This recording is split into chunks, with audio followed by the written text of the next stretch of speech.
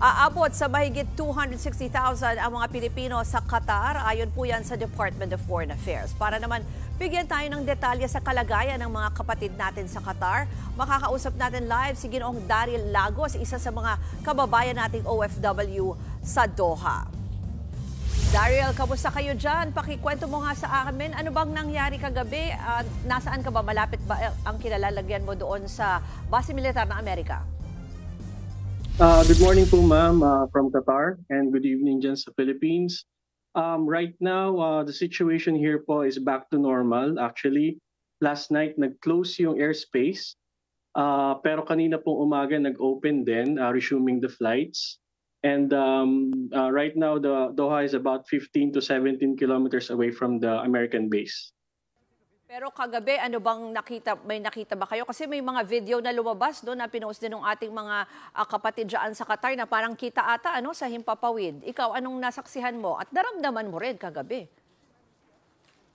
Yes po, ma'am. Actually, pauwi na po kami and just when we dumating po kami sa bahay, may narinig po kaming explosions.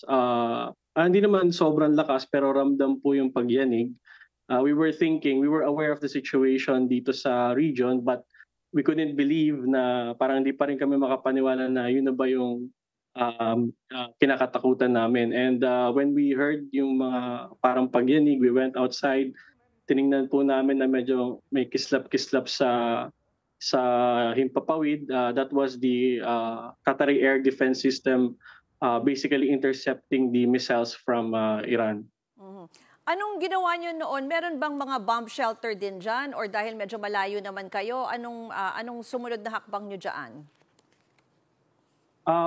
We were monitoring the situation din po from the Philippine Embassy who was giving advices na mag-shelter muna and be on the safe place. Wala pong bomb shelters dito because Qatar is a very peaceful country and nagulat din po kami sa sitwasyon and staying indoors was the best option for everybody po at the time.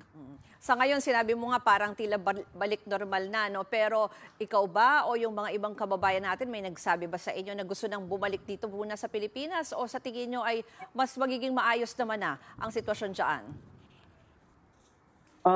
Right now po, even if it's back to normal na, meron pa rin pong syempre kaba. Meron din pong parang baka may mangyari ulit. But right now, the government assures us na the situation is on hand, is talagang under control and there's nothing to worry. Kalmado po dito and safe pa po ang Qatar, safe pa po ang mga Pilipino dito.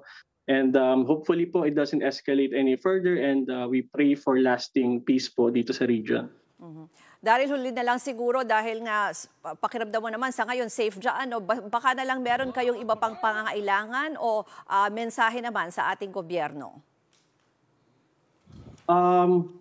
Thank you po sa pag-update po ng embassy, ng Philippine Embassy with regards to what's happening. But we were assured din po by the government na safe naman din po lahat. And right now, with the opening of the airspace, medyo mas maganda po yung pakiramdam na hindi na masyadong kabado. And sana po maantabayanan yung mga pangangailangan ng mga Filipinos din dito na in case may emergency po mangyari at talagang the situation goes in a different way, alam po namin na maasahan po namin ang government natin.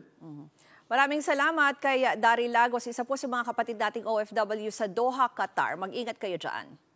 Mga kapatid, Ruth Cabalpo, para sa mabilis na pasada ng mga balitang dapat niyong malaman, mag-follow at mag-subscribe sa social media pages ng News 5.